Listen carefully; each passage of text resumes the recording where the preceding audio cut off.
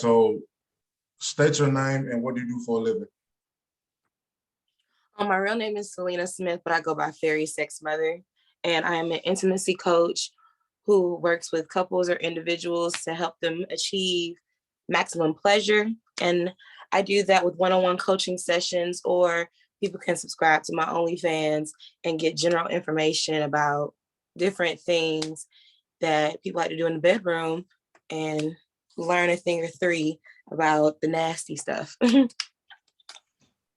So you say your name is Fairy Sex Mother. Mm-hmm.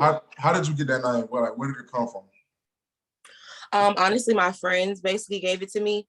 I used to give them like very salacious advice, especially in college. And then they used to call me like Fairy Ho Mother, or like their Fairy Ho Godmother, something like that. And then that didn't sound too flattering. And so when I started doing YouTube videos, I was trying to figure out what my YouTube name was going to be, because Selena J was too boring and my middle name starts with a J. And so they was like, well, make it like Fairy Ho Mother or something like that. And I was like, nah. So then Fairy Sex Mother kind of just came with the flow, and I've stuck with it ever since. Okay, and where did you grow up at? I was born in Greenville, South Carolina, and then when I was 2 years old, I moved to Atlanta. So I was raised in Atlanta from 2 to basically before I went to college, because I went to college at State. Okay, for the people out there, what was it like growing up in Atlanta?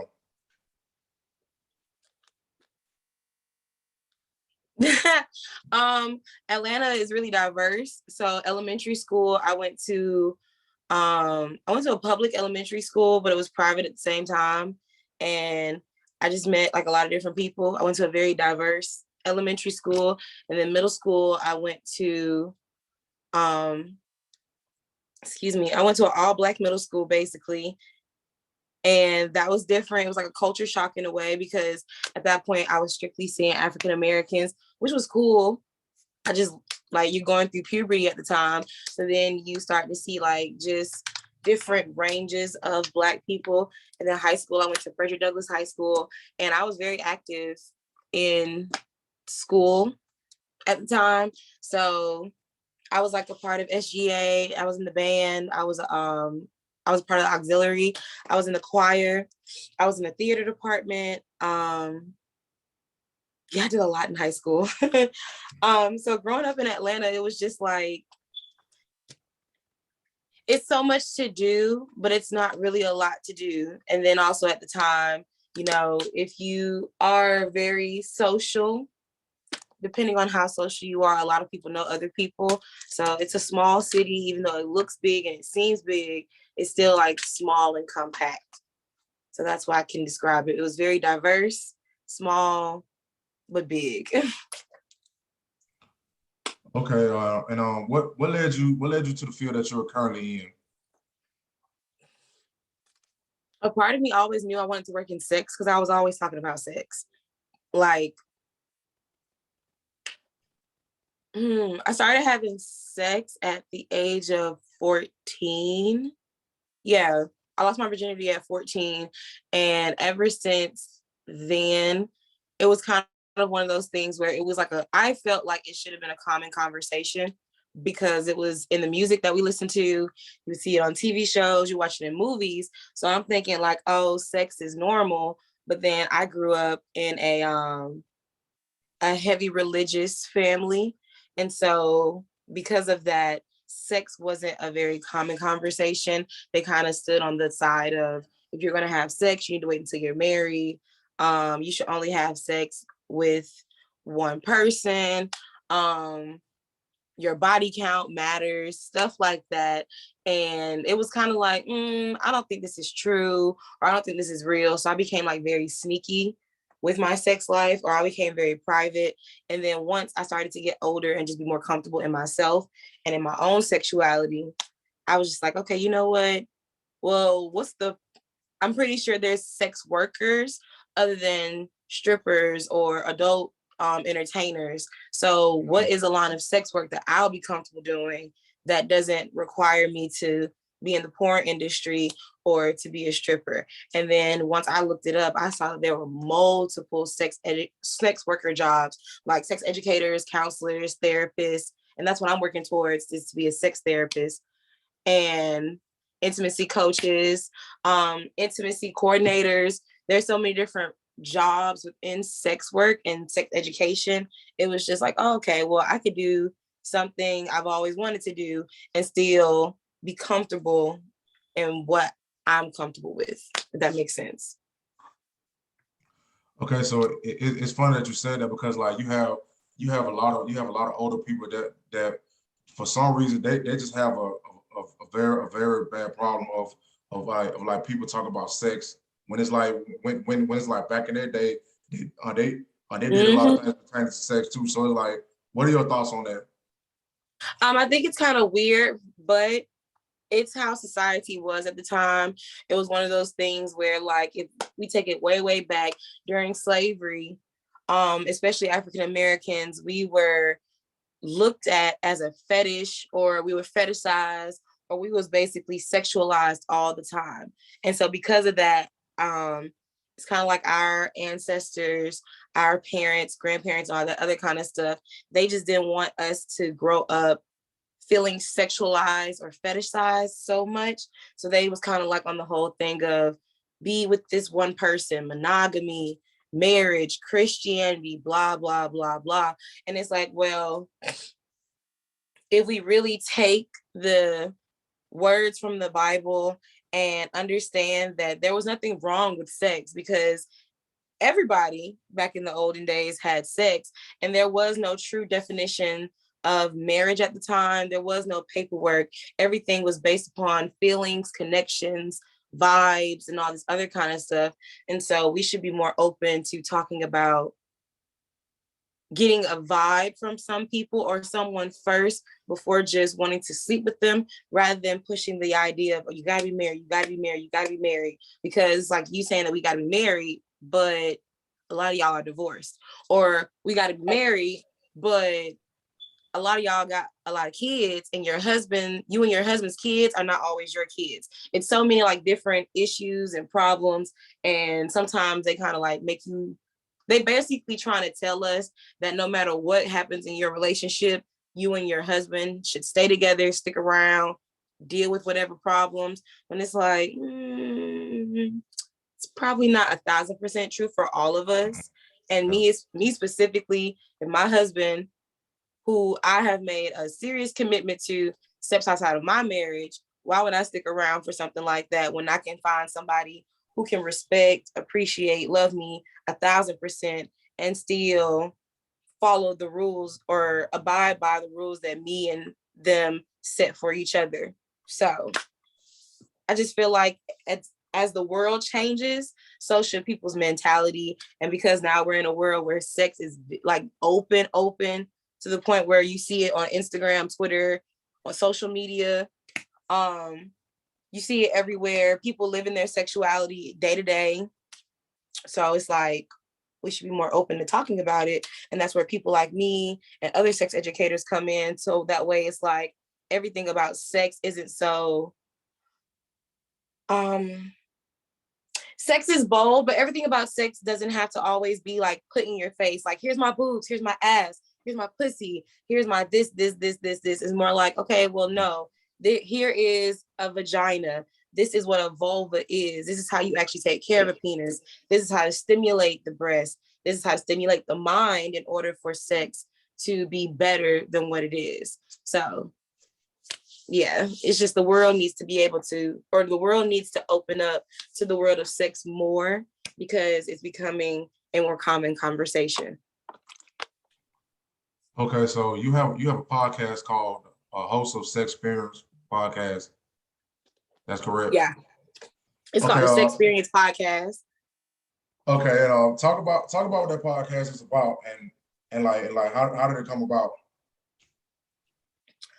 It came about because at the time my boyfriend and somebody that he was working with, they had a podcast, and it kind of just inspired me to like create one of my own, but strictly about sex. And I realized that excuse me, at one point I was doing YouTube, or I was making YouTube videos, but I didn't get a lot of sponsors, or I couldn't get monetized from YouTube too much because of my language. And I've always felt like what made me authentic to this industry was I legit have no filter. And I think because of how my generation is set up, sometimes putting a filter on things and trying to find nice ways to say it is not always the best, because I grew up in a generation where all of us are, well, not all of us, but the mass majority of us are like cutthroat, blunt. We like to just hear the truth. We don't like to be guided or persuaded through all these hoops and turns and stuff like that. And so I was trying to figure out what is a platform for me that I can get on and basically talk my shit and still be myself, but at the same time, be a voice, an advocate for other people, or just talk about certain subjects and sex. And then that's when I saw that they were doing it basically. I was like, okay, then I'll give it a try. And then I created a podcast, and I got the name. I don't know how I came up with the name.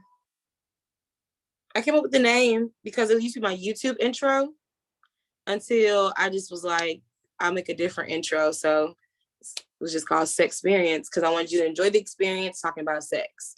And so, yeah. Okay. Do you have any businesses that you own? Do you sell anything? I sell my services. I don't sell any physical items at the moment, Okay. but I'm an intimacy coach. So I work with couples or individuals, and I also do group sessions. And if you go to my website, www.fairyintimate.com, it's spelled fairy, like Fairy, intimate.com. I basically will sit down like how we're doing now on a Zoom call, and I'll help either a single person, couples, or I do a group session, and we just talk about whatever sex topic that you decide. My most common sex topics that I discuss with people is about anal penetration, fellatio, cunnilingus, masturbation. And I also have a certificate from Sexpert Consultant, where I specialize in couples pleasure mapping. So I help couples specifically work on their intimate connections, communication, and creating a more safe, fun, but very steamy sexual environment. Okay. And so you have an OnlyFans account. Well, you mentioned that earlier in the interview. But do you ever feed into the negative things that people say about OnlyFans? No, because everybody's horny, and it's just like, if you don't want to subscribe to OnlyFans and stuff like that, you don't have to. But you don't have to like judge people who do OnlyFans content. I mean, first of all, with OnlyFans, it's not strictly dedicated just to sex. Like, there's plenty of OnlyFans content creators who who don't even do sex. They do fitness, cooking shows. They vlog their life. Like, there's so many people who just do other things on it. But OnlyFans is a safe haven for sex workers. Not a safe haven, but it was one of those things that like sex workers could benefit from, because it was a place where we could basically do what we want to do, show what we want to show, be comfortable in showing it, and then we don't have to show it for free, and we actually get some real money back. Because some people who did want to get into like the porn industry, or who wanted to do adult entertainment content, it's like, how do you start? And sometimes it has to go the route of getting a manager. Some people did like the whole thing of making a Pornhub account, and then Pornhub, it only pays you by like as many subscribers you get, the views you get. Like, it's so many stipulations. Where with OnlyFans, it's like, okay, well, you're your own marketing team. You are your own content creator. You're your own cameraman. You're your own manager. So if you do the work that you're supposed to do, then you make your money. But if you don't do any work, you don't make no money. And so I don't feed into it, and personally don't care, because it's just like, shit, you're mad because I'm helping horny niggas get off? That's weird, because it is what it is.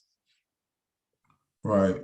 And since you're in the sex field, can you tell the people some things about like sexual intercourse or sexual contact that they may not know about? I always tell people, and it's my slogan for my website and everything I do, that knowledge comes before performance. In order for you to have the best sex of your life, you have to have a lot of knowledge about what you like to do in the bedroom. And also when it comes to sex, people think that, oh, I could just stick it in, roll, or just go into the bedroom and do whatever. You have to stimulate the mind first, and then the body will follow. So if you always have the mindset where it's like, oh, my dick is big, so I can do whatever I want to do. Well, your dick may be big, but that doesn't mean I like you mentally, or that doesn't mean that I actually want to do anything physical with you or sexual with you. It's just you have a big dick. Congratulations, I got big boobs. I got a fat vagina. That doesn't mean really anything to a lot of people. And even if you want to have casual sex, it's still the whole thing of like, you need a stimulating conversation. How do you approach yourself? How do you present yourself to the world? Are you confident in yourself and your skills? Are you shy? Are you able to step out of your typical box when it comes to you and intercourse and stuff like that? So I think people just need to start having more conversations and being open about what they like, how they like it in the bedroom, in order for their sexual intercourse to be in order for their sexual relationships to be better, and not just with an actual boyfriend or a girlfriend, husband, wife, whatever. For anybody, in order for you to have like the best sex of your life, you got to communicate. And also, lube is not a bad thing. Lube is an amazing benefit to a lot of people. A lot of people feel like if you use lube, that means either you're not wet enough, you're not aroused, you're not enjoying the activities that's going on. That's not necessarily true. It's just some people might have like body issues, or it might be a slight chemical imbalance, or who knows, just shit, life happens. And sometimes you get a little dry, and lube does nothing but help you get a little splash going on. Also, you can use lube for vaginal sex. You can. Yes, that's what most lube is, vaginal sex. Well, it's lube for everything. There's for in a heterosexual relationship where there's a cisgender male and a cisgender woman, there is lube for the vagina. There's lube for the yoni. There's lube for anal sex as well. And there's also lube for oral sex. It just depends on which one you want, what you plan on doing, and what you need help with. There's water-based lube that most people use, especially for toys, or if you're the kind of person where during sex you can be wet, but there's moments where you're like a little dry and you need like a little pick-me-up. Water-based lube is like the best option. There's oil-based or hybrid lubes. That's like a good in-between. It just depends on how sensitive your body is and how your body reacts to it. And then there's silicone lube, where it's super, super slippery, but it's not suggested that you use silicone lube with toys, especially silicone toys, because the material will clash and then it'll start to like deteriorate and something will happen to it. And then of course there's anal lube, and anal lube is like strictly for the anal cavity, because the anal cavity does not produce its own lubrication. There's a mucus that surrounds your rectum. That's right. Like, people are gonna probably listen to this and be like, what? But there's a mucus that surrounds the anal cavity, but your anal cavity doesn't naturally get wet. So it's best to use lube in order to have anal sex. And then for people who like to enjoy oral sex, there's flavored lube, because the mouth may not salivate as much as you would like it to when you're engaging in oral sex. So there's lube to help like put some flavor in your mouth and make you want to suck it more. Well, you definitely told me something I didn't know, because I thought that if you use lube during vaginal sex, I thought it would do something like mess up your pH balance or something. But some lubes can. It just honestly, okay, it's one of those things where you need to consult your doctor first. Mm-hmm. Or also there's the whole thing of like experimenting. Like, you using lube for the first time, you can tell when like you put the lube on, for not you per se, but a vagina or a vulva owner, they'll be able to tell like once the lube is put on them if it's something they like or not. And there's different lubes for different things. They have temperature play lubes. Like, there's some lubes that have a warming sensation and a cooling sensation. The warming sensation kind of makes it hot down there, but not in a weird way. but like in a very interesting, steamy way. It can make it seem as if you really have to pee, but in all actuality, it's just like the blood is flowing and everything just feels hot and steamy. I like warm lubrication. And then there's a cooling sensation lube where it like just feels like a cold breeze is going down there. For vulva owners, if you ever had like a honey pot pad, that's what it feels like down there. So it's like different lubes for different situations. I always suggest people go to the sex store, especially once you are sitting down with yourself and you're like, you know what? I want to understand my sexuality. I want to understand what I like, what makes me feel good. Definitely the first thing that you should try doing is going to a sex store and look at everything in there. Even if some things are like, no, hell no, I would never try it. Just look at it and see what stimulates you, what questions you have, especially like very huge sex stores. I love going into them and seeing like the material that they have, just because it literally opens your mind up to a new world and lets you realize that, one, you're not alone, because people feel like in the world of sex, they're the only person that goes through this problem, or they're the only person that suffers with this condition, or their vagina looks like this, their penis looks like that. So how can I know that there's somebody else out there like that, that's like me? But if you go to a sex store where basically everything in there is butt naked, everything in there is raw, unfiltered, it's giving you exactly what you're looking for right there in your face, with no other, like with nothing else there, but just raw, unfiltered stuff. And so it's just like, yeah, if that's the world you want to go to, or if that's how you want to express yourself. If you want to learn to express yourself sexually, definitely the first place to like look into is a sex store, and not Spencer's, nothing like that. I mean, like the actual adult novelty store. Right, right. And what's next for you? Like, do you have any other business ventures you have coming up soon? I do. I was asked to come to a speaking event. I was asked, excuse me, I'm getting tongue tied on my words. I just recently got accepted to be at a speaking event in Chicago, and I'll be announcing that like extremely soon, as soon as like I get more of the information from the owner of the event and she officially like puts me on the website. I will post more about that. And I have a Zoom call coming out. I have a few Zoom calls that I'll be doing. I usually do like monthly Zoom calls where I talk about random things in the bedroom. The one that I'm going to do, I'm going to announce that one tomorrow. Tomorrow's the 25th. Yeah, March 25th, I'll be announcing a new Zoom call that I'm doing about making your own at-home video. And then after that, I'll be doing another Zoom call talking about the art of taking nudes or taking like sexy photos. And yeah, I have a few Zoom calls basically lined up. And in the summertime, we're gonna get like really freaky deaky and step out of like the comfort zone and do more like public events and try to do like more social media stuff and public stuff. Okay, now is there anybody out there that you like to give a shout out to? I like to give a shout out to. Yes. Shit. A lot of people.